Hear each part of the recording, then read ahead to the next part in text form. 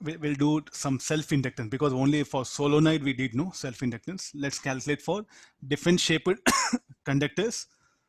What about the self-inductance? First I took here no.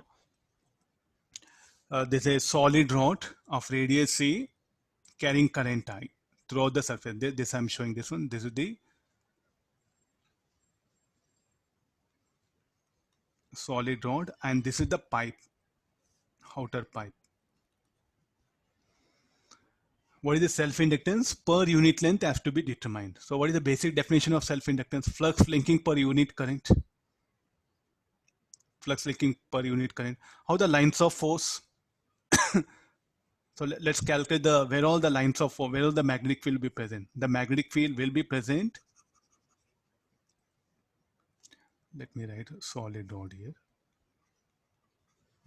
Where the lines of force I have to show. Only in between the gap.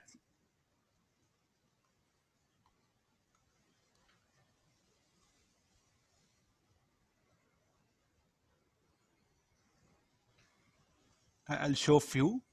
These are the lines of force. And what about the direction? This way. Magnetic field. What is the expression for B bar from Ampere's circuit law?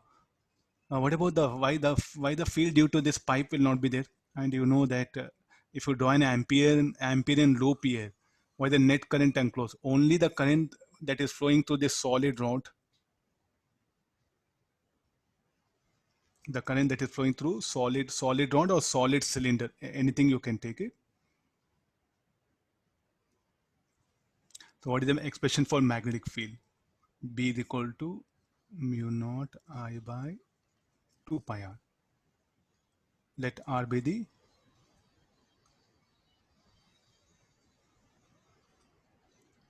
radius of this one. So here I assumed the Amperean loop. I got the magnetic field. How to calculate the flux? No. So you can do one thing. Take one more diagram. Let's. This is a pipe, and this is the solid rod, no, or the solid cylinder. It is. I'll ask you to imagine here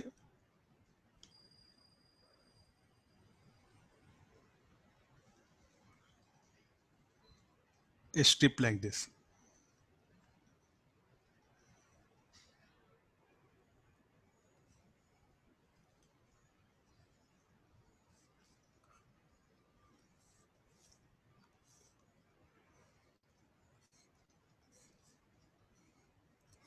So this strip, where you should imagine just perpendicular to the lines of force. So here the rectangular strip I'm asking you to imagine. Now how B bar will be everywhere perpendicular to this rectangular strip. Shall we calculate first flux linking this strip?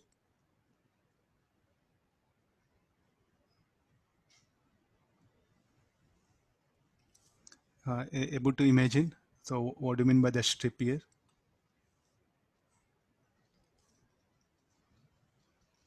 So here you assume a strip like this here. So then dr, no? So let me take this is dr.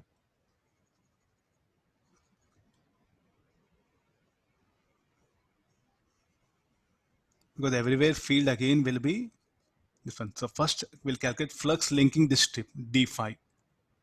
So what is d phi is equal to B into, let L be the length, L into dr. It's a long one. I just let me assume a strip of this one, and this is that solid rod.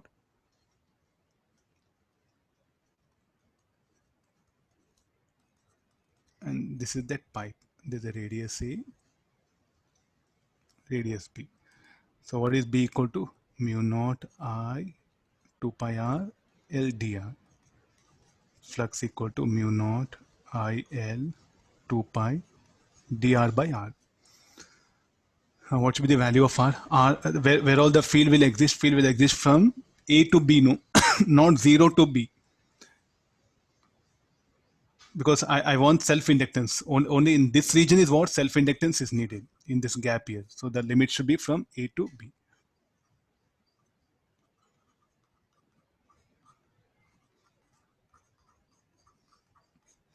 What about self-inductance? Here how we define flux linking to the current, that one. So this should be equal to mu naught L by 2 pi. But as they are long, it will be infinity, no? So L will become infinite. So we can't define. So therefore, I'll go for self-inductance per unit length.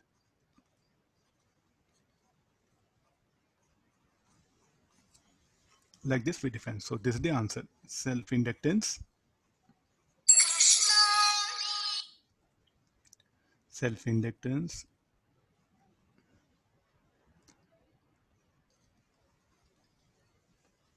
per unit length. Okay, got it, no? Different types of systems will be there where you should know how to calculate this. Whenever it's a long no, definitely we'll go for per unit length idea. Or no, sir, I'll use another method. I'll find out the magnetic field because we know magnetic field energy, like energy density is equal to what? Like a magnetic energy stored per unit volume and half Li square. From energy method also you can bring it here. Okay, next one.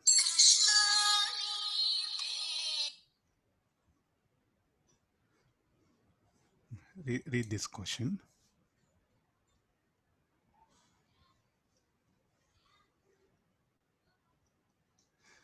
Two parallel rectangular superconducting plates of length L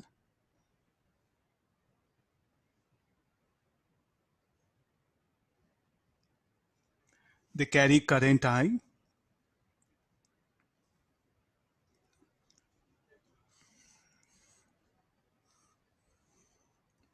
There's a one plate.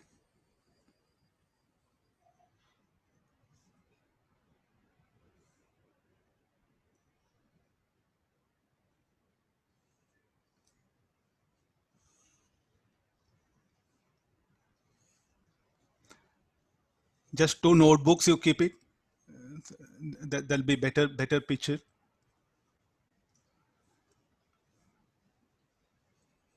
There's a thin plates there.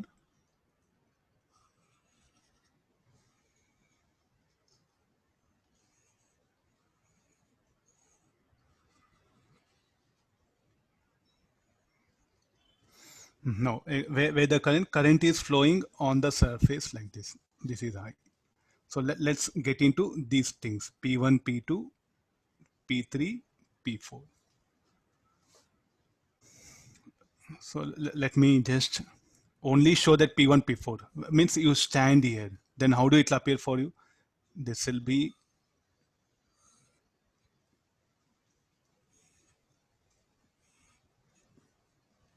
P1, P2, P3, P4. So what do you see current into the plane?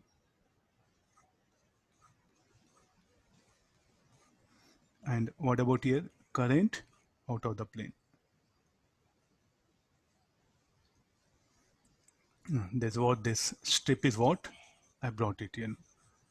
And now you know this is current carrying sheets, no? So what about magnetic field? Current per unit width. We need lambda, no? Here, the lambda is needed. So what is the lambda? Lambda should be current. The width he has given B.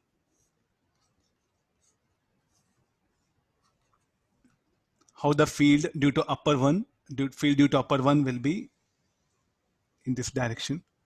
So this is the plate B34, you write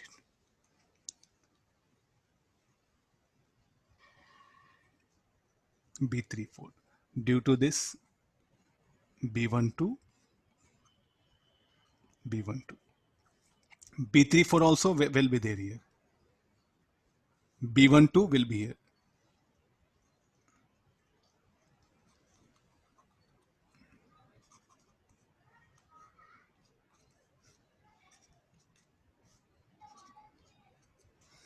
Where the field will be confined outside, and B12, B34 will be equal and opposite.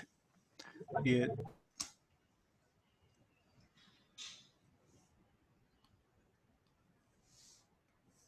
B12 equal to B34, let it be equal to B. What should be the value of that? Mu naught lambda by 2. Mu naught by 2. What is lambda? I by B. This is the magnitude of magnetic field. Agree this. So this is P3, P4. So let me write. This is PQ, no? Q4.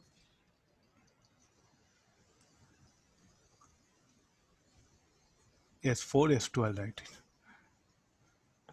Now, how this B3, B4, B1, B1, B2, here will be, the net field will be in this region, P4, S4 and P2, S2. You look at here, you get one surface. So let me draw that. If you are able to imagine, okay, unable to imagine, at least on paper, you should work out this much here.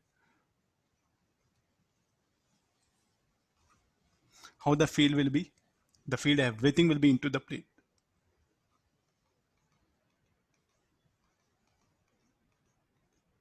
And and how much it should be equal to like a net field, how much it should be?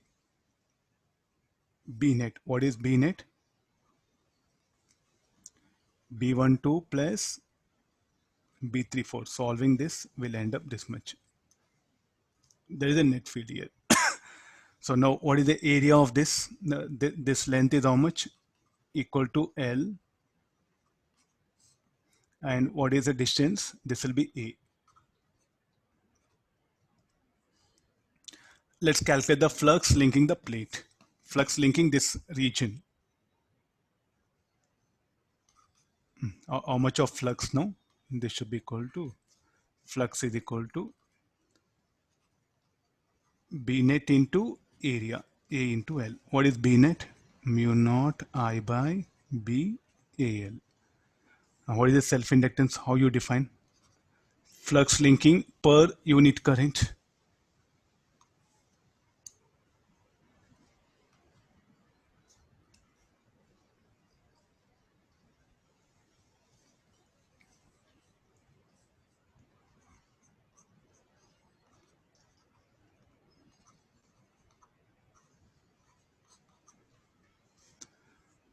Actually, they should be connected. Huh?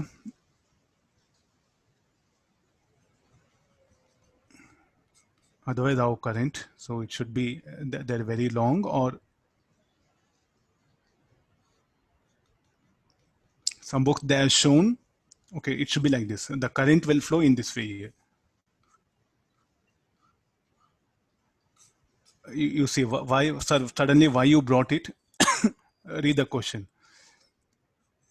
Are joined at each end to form a one-turn coil of negligible resistance. Are able to make it out? This will become one turn. But instead of ring, what pen, it's like a two rectangular plates are there. This upper plate.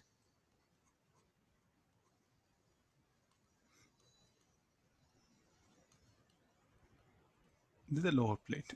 And at the ends, they're connected by a wire. Let it be here. So these are the connectors. Join, no? If telling joined. You see this word joined. So if you want to call them joints. And then what is the self-inductance? Should be equal to mu naught AL by B. Different current carrying systems will be there, and you should take help of the basic idea, flux linking per unit current. Or if you have information of EMF induced and the rate of change of current, the formula will be E equal to L di by dt. If you know rate of change of current and if you know EMF induced, use this formula. If you know flux linking and when a current I flows, how much of flux linking the system, use this formula. Approaches are different here. And now you have to be very careful. Last one, so only 2 minutes time I'll take it. The last very basic of this formula is what? Let me conclude here. When do this formula E equal to L di by dt? So let's take a solenoid. Practically what happens if you take a solenoid, when you pass a current, when you pass a current, these are the ends A and B. Anything will happen to solenoid physically. I'm talking about physically. Anything will happen to solenoid. It will get stretched, no? Or say like let it stretch it. We'll stretch the solenoid. If you stretch the solenoid, then you can't write just equal to L di by dt. You should not write L di by dt. So here what happened? The flux linking is equal to L into I. I'll differentiate this d phi by dt, L di by dt plus I dl by dt. If solenoid undergoes so many physical changes, then no longer you can't just write E equal to L di by dt. This should be the equation. And what is d phi by dt? Further E. This is the net EMF induced. That should be equal to L di by dt plus I dl by dt. What all we discuss problems, what we assume that the self-inductance of the system remains constant. No physical changes occur. And because of that, we are able to write only this much. But practical point, there will be physical changes. Sir, why physical changes? If a current flows, they may test you, numericals will be very complicated. They may test you conceptually. You have to be very careful. So suppose if there's a ring, if a current I flows, let's say there's a one turn I'm showing. One turn of this, I'm showing it. One turn of this one. So how the B bar should be? Into the plane. Now you assume a small element. You assume a small strip.